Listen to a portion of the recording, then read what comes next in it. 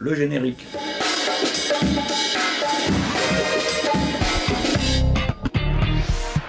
Ils ont trouvé un angle, ça y est, c'est bon, là, mortel. On a trouvé dans mon programme que je pense que la France doit adhérer à l'ALBA.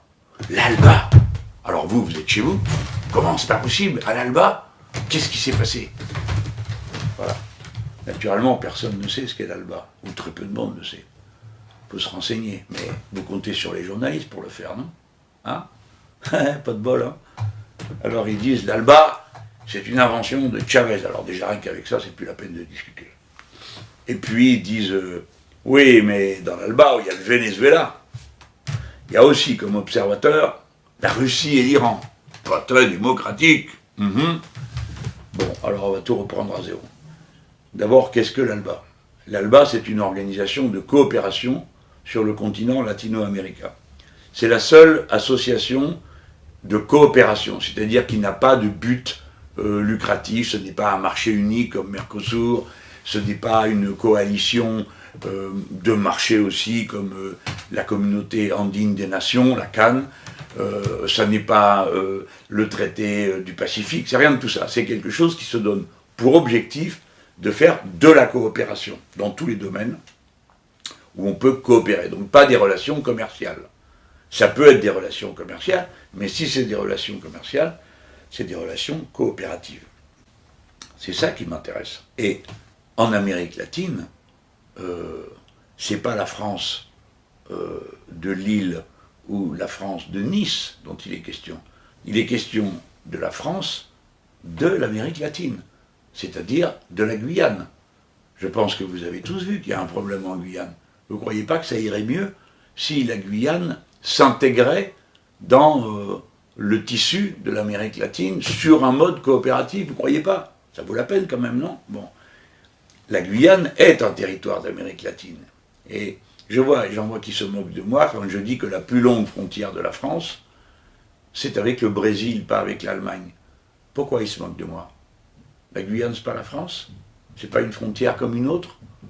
Hein? Il y a un côté méprisant, hein, néocolonialiste, chez ceux qui regardent de haut la Guyane, au point que ça leur vient même pas à l'esprit que la frontière de la Guyane nous intéresse et nous implique directement. Parce que qu'est-ce qui est de l'autre côté de la frontière?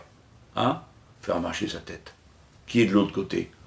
Le Brésil, c'est-à-dire une des puissances émergentes du monde. C'est pas rien. C'est un partenaire extraordinaire pour un petit département, un petit territoire comme la Guyane. Hein? Et puis après, c'est pas tout. Il y a tous les pays des Caraïbes qui sont là. Regardez la carte. Et puis dans les Caraïbes, vous avez des territoires français, la Martinique, la Guadeloupe, Saint-Martin. Hein? Ça compte, ça. Et eux, c'est pas mieux qu'ils soient dans leur environnement? Est-ce que c'est pas intéressant pour nous, les Français, de confier à ces territoires la tâche d'assurer la liaison avec les Amériques? C'est pas bon pour la coopération, le commerce, tout ça? Alors, il faudrait savoir. Ceux qui n'arrêtent pas de nous parler de mondialisation, ils sont là, blabla, ils veulent faire la mondialisation, juste pour faire des marchés uniques. Et quand concrètement on parle de la manière d'organiser la coopération avec notre environnement autour de nos territoires, il n'y a plus personne. Ils sont en train de regarder avec la cuillère à inventer des choses. Alors bon, voilà ce qu'est l'ALBA. Qui est-ce qu'il y a dans l'ALBA? J'ai amené mon papier pour oublier personne. C'est important de le savoir. Qui est dans l'ALBA? Ils disent, il y a le Venezuela. Mais d'abord, ben oui, il y a le Venezuela. Le Venezuela, c'est le pays qui a la plus grande réserve de pétrole du monde. Moi, je suis pour sortir des énergies carbonées. Mais vous autres, là, les très intelligents, ça vous est égal qu'on ait une relation avec le pays qui a la première réserve de pétrole du monde? Non, ils n'y ont même pas réfléchi. Ça ne les intéresse pas. Ils croient à leur propagande, c'est tout. Alors, qui est-ce qui est membre de l'ALBA? Les pays membres. Venezuela, Bolivie, Nicaragua, Cuba, la Dominique, Saint-Vincent et les Grenadines, l'Équateur, l'île de Sainte-Lucie, Antigua et Barbuda, qui sont aussi une île. Donc ça, c'est les Caraïbes. Nous sommes une nation des Caraïbes. Ça nous intéresse de travailler avec les gens des Caraïbes, justement dans la coopération, et pas à dire nous nous intéressons à vous pour pouvoir vous déverser des kilos de marchandises sur la tête que vous ne pourrez plus produire vous-même.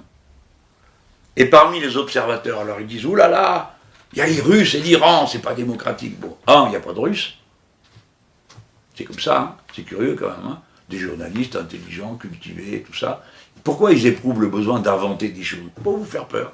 Parce que fondamentalement, ils pensent que vous êtes des imbéciles, à qui on peut bourrer le crâne, à qui on peut raconter n'importe quoi, et que ça va leur faire peur. Alors les pays observateurs, qui c'est? Haïti, c'est important pour nous. Haïti, vous savez dans quelle misère croupit Haïti? C'est pas rien pour nous d'avoir un cadre de coopération régionale avec Haïti. Parce que nous, on peut faire beaucoup de choses avec Haïti. Puis on a une grosse dette à Haïti, mes amis. Vous savez qu'on a tout cassé à Haïti. Vous savez qu'on a eu une guerre, que c'est de là que est née la première république noire du monde.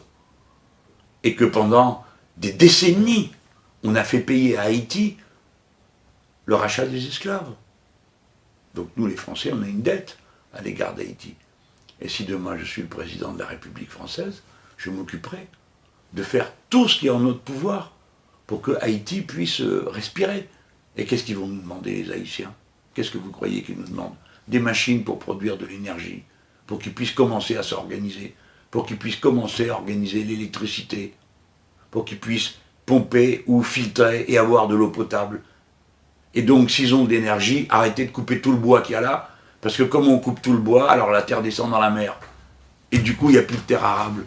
Vous voyez à quoi ça tient? Donc pour nous, c'est important de travailler avec Haïti. Et il y a aussi la Syrie et l'Iran qui sont observateurs. Oui, ils doivent être observateurs dans des tas d'autres réunions dans lesquelles il y a des Français. Hein. Bon, et puis ils sont observateurs. Et puis on ne demande pas aux gens qui viennent là-dedans d'approuver le régime des uns ou des autres. Hein. Parce que si c'est à moi qu'on pose la question, j'ai jamais été d'accord avec le régime iranien. Par conséquent, je ne vais pas commencer maintenant. Jamais je n'ai été d'accord. Du temps de l'ayatollah Khomeini, je n'ai pas soutenu son retour en Iran. Alors, bon. Et puis il y a d'autres pays, l'Uruguay, vous le connaissez peut-être, c'est le pays de Pepe Mujica. Et puis il y a le Paraguay. Le Paraguay, je ne suis pas du tout d'accord avec le gouvernement qui est en place. Pourquoi il ne le cite pas? C'est un gouvernement qui a commencé par faire un coup d'État.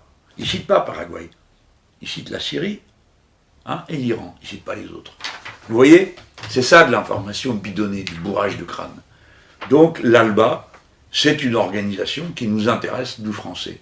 Et je trouve que ce serait une bonne chose que nous puissions y trouver notre place. Ce qui serait une manière de dire, la France est une puissance caribéenne. Et cette histoire a commencé, l'ALBA, dont personne n'avait idée jusque-là, parce que sur France Info, on a interrogé Clémentine Autain, présentée comme ma porte-parole, ce qu'elle n'est pas. Pas parce que je ne le veux pas, mais parce qu'elle n'a pas été d'accord pour l'être. Il y a 2 mois de ça, ou 3 mois, plus que ça, enfin, je ne sais plus comment on vit, où la question lui a été posée parce qu'elle avait d'autres priorités, notamment celle de sa campagne pour les élections législatives. Donc nous sommes très amis et tout va bien, hein, je m'empresse de le dire. Mais c'est une trouvaille de cette chaîne de télé de m'inventer comme ça des gens qui ont le titre porte-parole. Alors évidemment, après ça la fout mal. Quand on pose une question au porte-parole, on dit elle est embarrassée. Je vais vous dire pourquoi elle est embarrassée. Parce que c'est pas de quoi il s'agit. Et puis c'est bien normal, on ne peut pas savoir tout sur tout. Et surtout que les autres leur disent « Alors vous êtes d'accord avec Mélenchon qui veut faire une alliance avec l'ALBA dans laquelle il y a la Russie et l'Iran ?» Alors évidemment, elle est mal comme elle ne connaît pas le sujet. Et je ne m'en veux pas, comment peut-on connaître tous les sujets? Vous croyez que moi je connais tous les sujets qui sont contenus dans le programme et dans les 40 livrets? Je vous le dis, non. Non. Pourtant j'ai tout lu, hein, mais je ne suis pas capable de répondre sur chaque question, surtout quand celui qui vous la pose le fait avec la volonté de vous tromper, de vous induire en erreur. C'est ce qu'on fait, c'est de là. C'est sûr. Bien vu. J'ai pas regardé précisément ce point 62. Vous êtes en train de... Avec l'Iran, c'est moche quand même. Hein. Écoutez, je vais regarder dans le détail. Et si c'était ça, vous diriez c'est pas bien? Je sais pas, je peux pas vous répondre à cette question comme ça à froid. Hein? Je ne sais pas quelle est exactement la Russie. Ce qui a conduit à ce point 62. Clémentine Autain, je suis un peu étonnée que vous découvriez un point du programme de Jean-Luc Mélenchon quand même. Ouais, écoutez, il y a beaucoup de points dans le il y en a 61 avant. Mais... Non, mais j'ai relu en plus. Bon, il y a des points précis sur lesquels, en effet, bon. Mais je pense que ce qui fait, m'avait demandé c'est avant, la logique générale. Et sur l'international, ces types-là, ils ont déjà passé 3 fois sur leur chaîne le petit extrait qui dit je veux rendre la France aux Français. Hein. Voilà. Alors, ils ont avec elle 4e fois. Donc, voilà ce qu'est devenu l'information dans le service public. Et après, ils s'étonnent que je ne veuille pas y aller. Mais c'est très simple, je n'irai pas. Pour tomber dans des traquenards pareils, pour se faire jeter à la figure des soi-disant questions que les Français se posent. Tu parles, Charles, si les Français se posent la question de savoir si l'Alba c'est bien ou pas bien. Alors, je veux bien qu'on en parle, évidemment, puisque c'est dans le programme, mais pas d'une manière aussi truquée que ça, c'est honteux, hein, c'est honteux. Voilà. Il doit avoir drôlement peur hein, pour être obligé de s'abaisser à des procédés pareils. Heureusement, ils ne sont pas tous comme ça. Dans cette profession, il y a des gens honnêtes qui essayent de faire leur travail du mieux qu'ils peuvent. Et puis, vous avez des stars qui sont payés très cher, donc il faut bien qu'ils justifient leur salaire. Hein. Et ils ne sont pas là pour informer, vous le savez bien. Ils sont là pour vous dire quoi penser. C'est pas pareil. C'est pas le même métier.